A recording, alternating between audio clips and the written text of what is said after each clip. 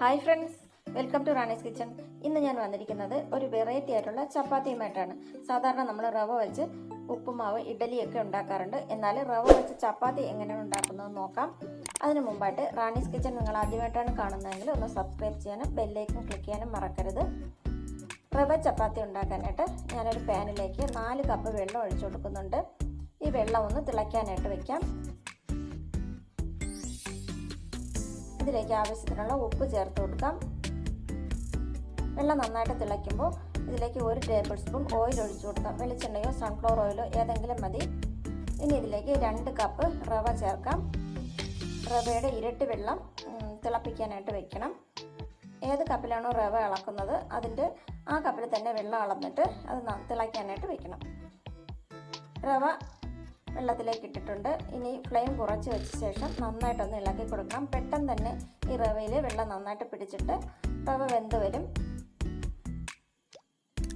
റവ വെന്ത് വരാനായിട്ട് നന്നായിട്ടൊന്ന് ഇളക്കി കൊടുക്കണം. തീ കുറച്ച് തന്നെ വെക്കണം. ഇപ്പോൾ വെള്ളമെല്ലാം നന്നായിട്ട് വറ്റിയിട്ടുണ്ട്. ഇനി ഗ്യാസ് ഓഫ് ചെയ്യാം. അതിനുശേഷം കുറച്ച് സമയം കൂടെ ഒന്ന് ഇളക്കിയ ശേഷം ഈ പാത്രത്തിൽ നിന്ന് പാനിൽ നിന്ന് മാറ്റിയിട്ട് മറ്റൊരു പാത്രത്തിലേക്ക് ഇട്ട് കൊടുക്കാം. ഞാനിത് മറ്റൊരു പാത്രത്തിൽ ഇട്ടിട്ട് റവ നന്നായിട്ട് തണുത്തിട്ടുണ്ട്. ഇനി ഇത് നന്നായിട്ടൊന്ന് കുഴച്ചെടുക്കണം. അതിനായിട്ട് ഞാൻ കയ്യിൽ അല്പം ഓയിൽ എടുത്തിട്ട് നന്നായിട്ടൊന്ന് കുഴച്ചെടുക്കുകയാണ്. ചപ്പാത്തിക്കൊക്കെ മാവ് കുഴയ്ക്കുന്ന പോലെ നന്നായിട്ട് കുഴച്ചെടുക്കാം.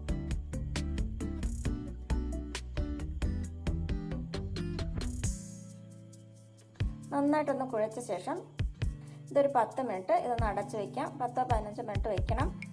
അതിനുശേഷം ചപ്പാത്തിക്ക് പരത്താനായിട്ട് ഉരുട്ടുന്ന പോലെ ഉരുട്ടിയെടുക്കാം.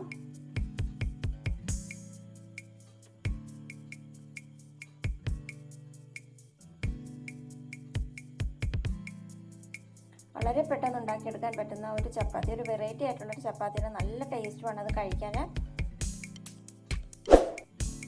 മാവെല്ലാം ഞാൻ ഉരുട്ടി വെച്ചിട്ടുണ്ട്. ഇനി ഇതൊന്ന് പരത്തിയെടുക്കാനായിട്ട് ചപ്പാത്തി പലകയിൽ അല്പം ഗോതമ്പ് മാവോ മൈദ മാവോ എടുക്കണം. ഞാൻ ഗോതമ്പ് മാവാണ് എടുത്തത്. ഗോതമ്പ് മാവ് ഇട്ടിട്ട് പരത്തിയെടുക്കാം.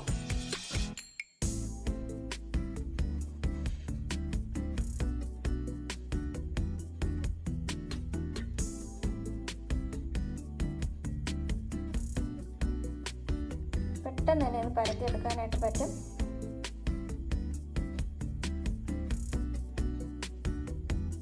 റവ ആയതുകൊണ്ട് തന്നെ ഇതിൻ്റെ സൈഡെല്ലാം ഇതുപോലെ നല്ല ഷേപ്പ് ഇല്ലാതിരിക്കും. അപ്പോൾ അത് നല്ല ഷേപ്പ് കിട്ടാനായിട്ട് ഞാനൊരു പാത്രം വെച്ചിട്ട് ഇതുപോലെ ഒന്ന് ഷേപ്പ് ആക്കി എടുക്കുകയാണ്. നമ്മൾ വീട്ടിലുണ്ടാക്കുമ്പോൾ ഷേപ്പ് ഇതുപോലെ ആക്കി എടുത്തില്ലെങ്കിലും കുഴപ്പമില്ല. ഞാനിപ്പോൾ വീഡിയോയിൽ കാണിക്കാനായതുകൊണ്ട് ഇതുപോലെ ഒന്ന് ഷേപ്പ് ആക്കി എടുക്കുകയാണ്. കട്ട് ചെയ്തെടുത്തിട്ടുണ്ട്. ഇതുപോലെ ഞാൻ മുഴുവൻ ഇതുപോലെ പരത്തി എടുത്തിട്ടുണ്ട്. അതിൻ്റെ സൈഡ് മുറിച്ചെടുത്തത് വീണ്ടും നമുക്ക് ഉരുട്ടിയിട്ട് വീണ്ടും പരത്തിയെടുക്കണം.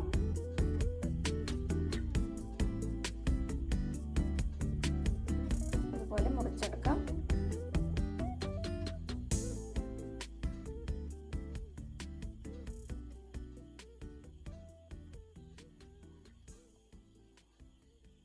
കുറേ എണ്ണ ഒരുമിച്ച് ഇതുപോലെ പരത്തി വെച്ച ശേഷം ചുട്ടെടുക്കണം. ഞാൻ ആദ്യം ബോൾസ് ആക്കിയതെല്ലാം ഇതുപോലെ പരത്തി വെച്ചിട്ടുണ്ട്. ഇനി ഇത് നമുക്ക് ചുട്ടെടുക്കാം. അതിനായിട്ട് ഞാൻ കല്ല് ചൂടാക്കാനായിട്ട് വെച്ചിട്ടുണ്ടായിരുന്നു. കല്ല് നന്നായിട്ട് ചൂടായ ശേഷം ഓരോന്നായിട്ട് ഇട്ട് കൊടുക്കാം.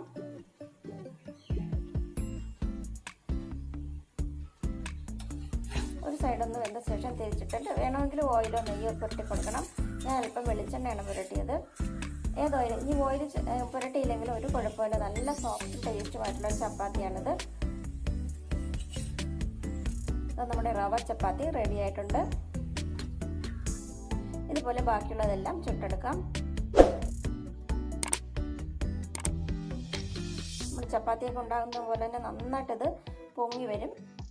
ഇതുപോലെ നന്നായിട്ട് പൊങ്ങി വരും ചപ്പാത്തി. ഈ വീഡിയോ ഇഷ്ടമായെങ്കിൽ ലൈക്ക് ചെയ്യാനും ഷെയർ ചെയ്യാനും മറക്കരുത്.